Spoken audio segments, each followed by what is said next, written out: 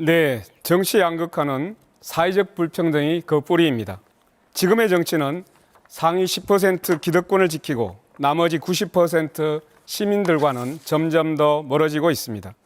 이 10대 90의 불평등 양극화가 드러나는 것을 두려워한 기득권은 음모론과 가짜뉴스로 현실을 덧칠했습니다. 혐오를 키우고 갈등을 부추기며 정치의 중심을 삶이 아닌 권력에 묶어버렸습니다. 저희들의 잘못입니다. 진보 정치의 책임이 큽니다. 노동자와 서민을 대변하라고 기회를 주셨지만 기대에 부응하지 못했습니다. 진심으로 국민 여러분께 반성합니다. 다시 일어서겠습니다. 이제는 서로를 악마로 만들며 소모적인 정쟁을 반복하는 정치가 아니라 비전과 정책으로 경쟁하는 정치로 나아가야 합니다. 그들은 서로 이기려고 정치를 하지만 우리는 함께 살자고 정치를 합니다. 그래서 바꿔야 합니다. 정치에서 밀려난 시민을 다시 중심에 세우는 일, 누가 할 수 있겠습니까? 진보 정치가 민주노동당이 다시 시작하겠습니다. 저 권영국이 하겠습니다. 불평등의 뿌리를 둔 기득권 정치를 갈아엎고 진보 정치로 새 판을 짜겠습니다. 네, 이어서 김문수 후보 답변해 주시죠. 비명행사라는 말이 있습니다. 자기의 체포 동의안이 국회에서 가결되자 이것은 검찰과 반대파들이 내통한 것이라고 해서 자기를 반대한 파들을 제거하는 것입니다. 내 편이 아니면 다 응징하겠다는 이런 비명행사, 친명횡재 이런 평가를 하고 있습니다. 저 김문수는 저의 삶 자체가 국민 통합입니다. 저는 노동 현장에서 7년 동안 노동자로서 약자의 삶을 대변했습니다. 저는 전라남도 순천 출신의 아내를 맞이해서 영원함의 경계를 허물고 지금까지 잘 살고 있습니다.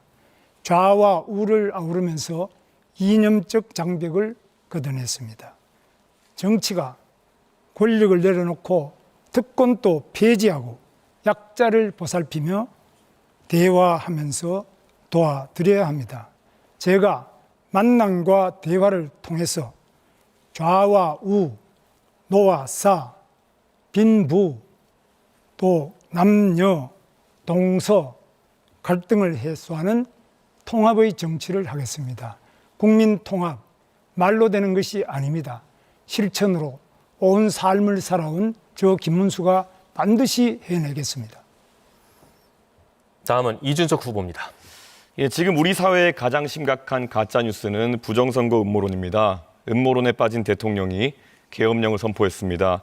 그런데 이 자리에도 부정선거 음모론을 믿으셨던 분이 두 분 계십니다. 이재명 후보, 김문수 후보. 좌우의 선동가들이 정말 부정선거를 믿어서 음모론을 퍼뜨리지는 않았을 겁니다.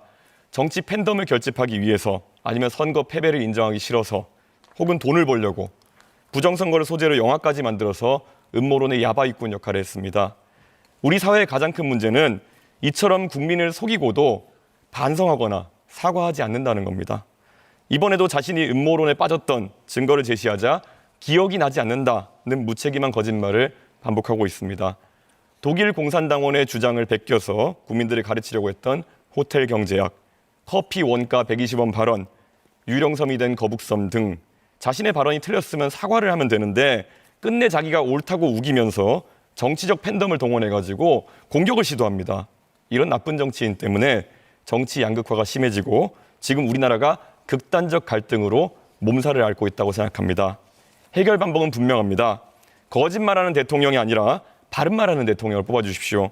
낡은 기득권이 아니라 압도적 새로움을 선택해 주십시오. 바야흐로 오렌지빛 선거혁명을 이룰 때라고 생각합니다. 저 이준석이 대한민국 정치를 바꿔내겠습니다. 네, 마지막으로 이재명 후보 답변해 주시죠. 네, 국민 여러분, 정치 양극화 지금 심각하지요.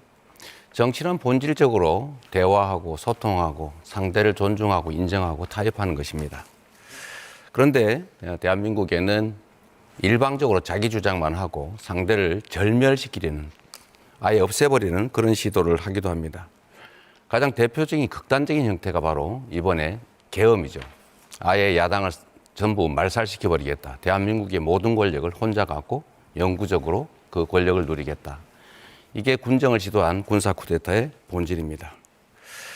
이런 양극화의 근본 원인은 정치적으로 실력 없는 정치 집단들이 충직하게 실력을 발휘해서 국민들로부터 신임을 받는 게 아니고 노동자와 기업, 동쪽, 서쪽, 남녀, 노소 이런 식으로 장애인, 비장애인 이렇게 갈라가지고 대립, 갈등을 시킨 다음에 그 상대편으로부터 지지를 획득하는 이런 어쩌면 게으르고 아주 나쁜 의도에서 시작된 것입니다. 양극화를 극복하는 타협하고 공존하는 정치를 만드는 것은 대통령의 가장 큰 책무입니다. 그래서 대통령이라고 합니다. 소통과 대화, 협치를 복원하겠습니다. 유능한 사람들을 편을 가리지 않고 제대로 쓰겠습니다. 실력을 인정받아서 정치적 지지를 획득하겠습니다. 그리고 야당과 대화하고 인정하겠습니다.